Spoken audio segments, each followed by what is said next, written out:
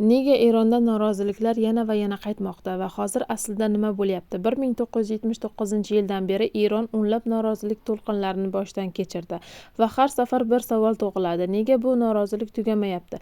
Javob oddiy: muammolar yo'qolmadi, ular faqat kuch bilan bostirildi.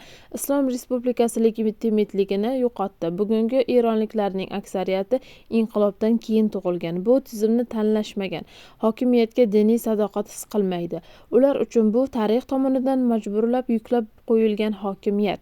Ayollar qarshilik ramziga aylangan. Hijob bugun e'tiqod masalasi emas, balki nazorat vositasiga aylangan. Ayollar huquqi uchun har bir norozilik rejimning o'z poydevoriga tashlangan chaqiriqdir. Iqtisodiy boshi berk ko'cha, sanksiyalar, korrupsiya, iqtisodning kipis qo'lida qolishi, oddiy xalq kambag'allashmoqda, elita esa boyib bormoqda.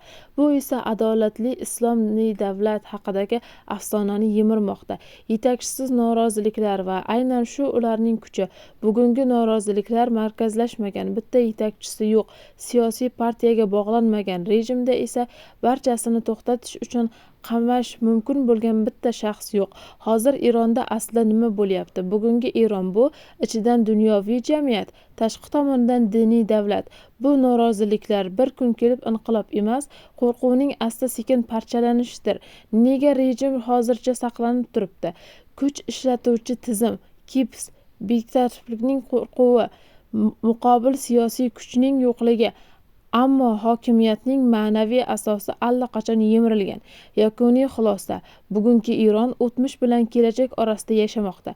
1979-yil inqilobiy hokimiyat tashkil etdi.